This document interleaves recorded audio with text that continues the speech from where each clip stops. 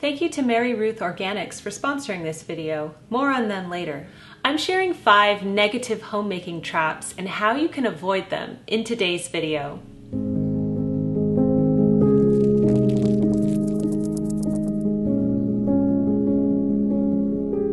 Hello everyone, Jennifer L. Scott here, and welcome back to the Daily Connoisseur.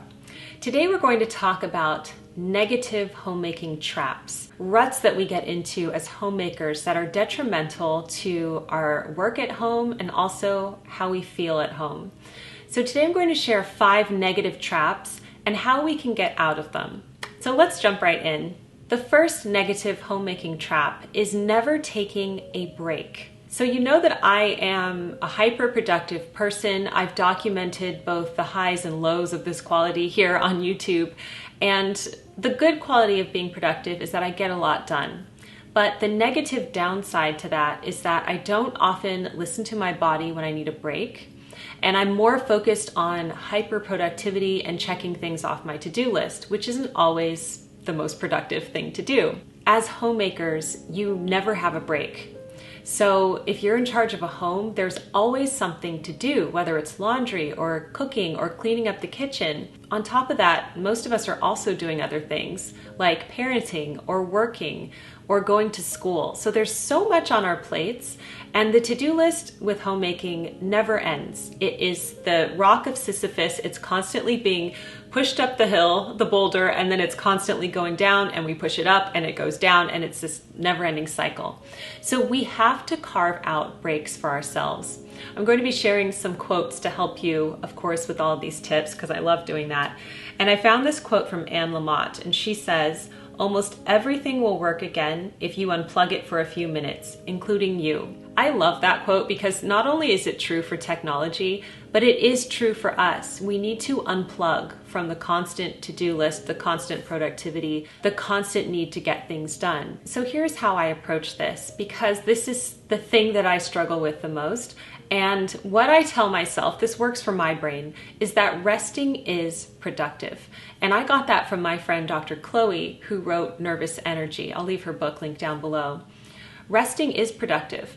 And so because I value productivity so much, I have to realize that it doesn't always look like knocking things off a to-do list. So that's why I like to schedule breaks into my to-do list. I recently did a video on time blocking where I discussed this at great length. So I really recommend that as a homemaker, you schedule a break for yourself, many breaks if necessary, whatever you need. You have to know that the to-do list will never be finished. It will never go down. So you might as well stop trying to finish everything in one day. It's okay if you don't finish. You don't want to become like a machine that is just working. I did that for a very long time. And then I did feel the burnout physically and mentally. So we must take a break. We must unplug. Negative homemaking trap number 2 is doing everything yourself. Okay, so there's that famous quote that we've all heard that goes something like, if you want something done well, do it yourself. And I'm sure every single person watching this video has experience with that, where you think, oh, they're just not doing it right, I'll do it. Okay, so this is something else that I struggle with. But we have to realize that a secret to successful homemaking is delegation and not doing everything ourselves, because that's when the to-do list is too long. That's when we reach burnout. Okay, so I have a quote to counteract that, and it's from one of my favorite authors, Alexander McCall Smith. And he writes, from Love Over Scotland, "Gracious acceptance is an art which most never bother to cultivate. We think that we have to learn how to give, but we forget about accepting things, which can be much harder than giving.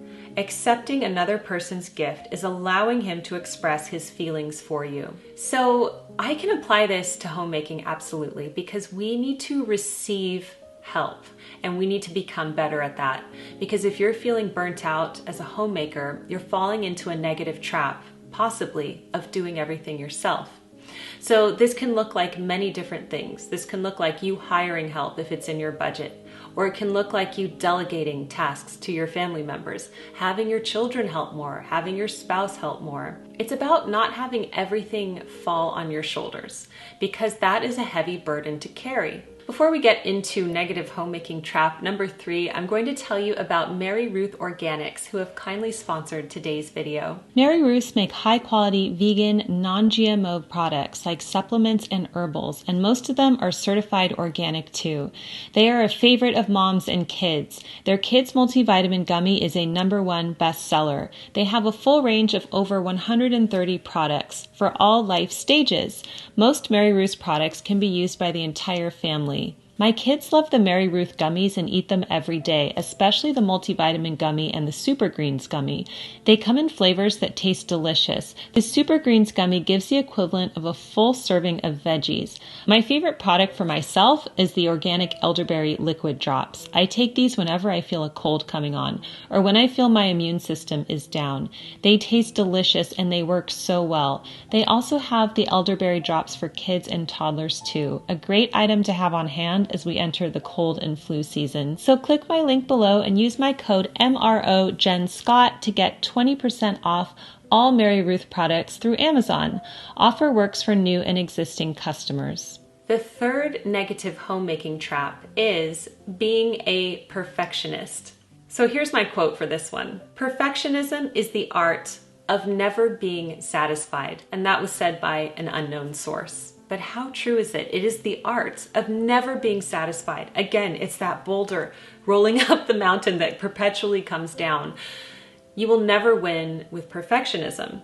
Salvador Dali said, "Have no fear of perfection, you'll never reach it." And that's so true. We will not reach perfectionism. We never will, so it's futile to even try. If you have perfectionist tendencies, you are absolutely going to see this showing up in your homemaking. You might find yourself not trying something because you know you're not going to be able to do it perfectly. Or you might find yourself doing something but feeling deeply dissatisfied with it because it didn't turn out the way you liked. Let's say, for example, you would like to cook a meal, a recipe that you saw on Pinterest, but you don't have one of the ingredients.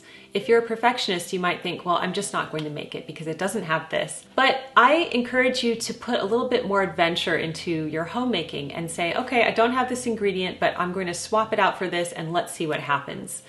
And it might turn out bad, it might turn out good, you never know, but the fun is in the journey. The fourth negative homemaking trap is being too rigid and set in your ways. Here's a quote that's going to make you think. It's by Lao Tzu, and it says, "Water is fluid, soft, and yielding, but water will wear away rock, which is rigid and cannot yield. As a rule, whatever is fluid, soft, and yielding will overcome whatever is rigid and hard. This is another paradox. What is soft is strong." Okay, I had to read that like 5 times, so if you need to pause the video and go back, you can.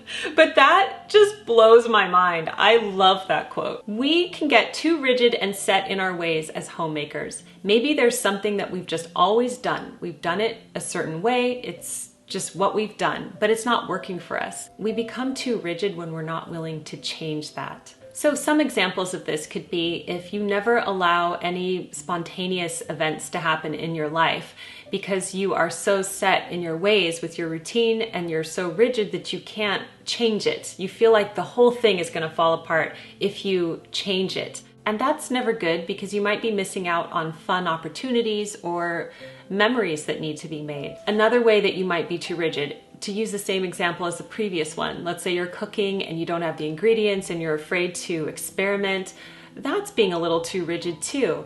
We should allow for creativity, for spontaneity, and for fun. And I know, like, this is hard for me to say because I am a creature of habit and routine, but I enjoy experimenting with recipes. I enjoy just saying, you know what, I'm not doing this today, I'm doing something else.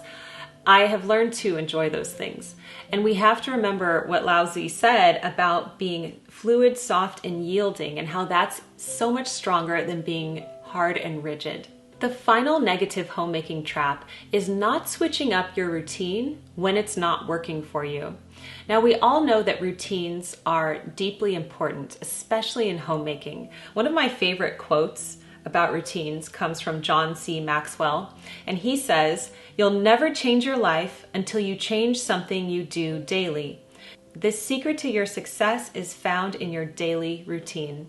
We know this. We know routines are important, morning routines. I write about the joy and the pleasure of routines in homemaking in my second book, At Home with Madame Chic. But it's very important to notice if the routines are working for you, because sometimes you need to switch it up. So to tie this into the previous point, sometimes we can get so rigid with our routines that we're not willing to change it because that's how we've always done it. But sometimes your routines need to be analyzed. So an example of this is with the laundry routine. Let's say you do the towels always on Tuesday, the sheets on Wednesday, the clothes on Thursday, the kitchen towels on Friday. If you find that that schedule isn't working for you for various reasons, like your family doesn't have clothes when they need them, or people are running out of towels, then it's time to look at it and switch the routine. Another reason to switch up a routine is not necessarily because something's not working. It's because you've gotten bored doing the same thing over and over. So another good reason to switch up a routine is to stave off boredom and to introduce something new. Live on the wild side and create a new routine for yourself. So there's many reasons why switching up your routine would be good for you. And it's important to not fall into the negative homemaking trap of being rigid with your routine. I hope you found this video useful. Let us know if you struggle with any of these negative homemaking traps. And thank you so much to Mary Ruth Organics for sponsoring. Click my link below and use my code MROJenScott to get 20% off on all Mary Ruth products through Amazon. The offer works for new and existing customers. Thank you so much for watching, everyone. Keep calm and remain classy, and I will see you in my next video. Goodbye.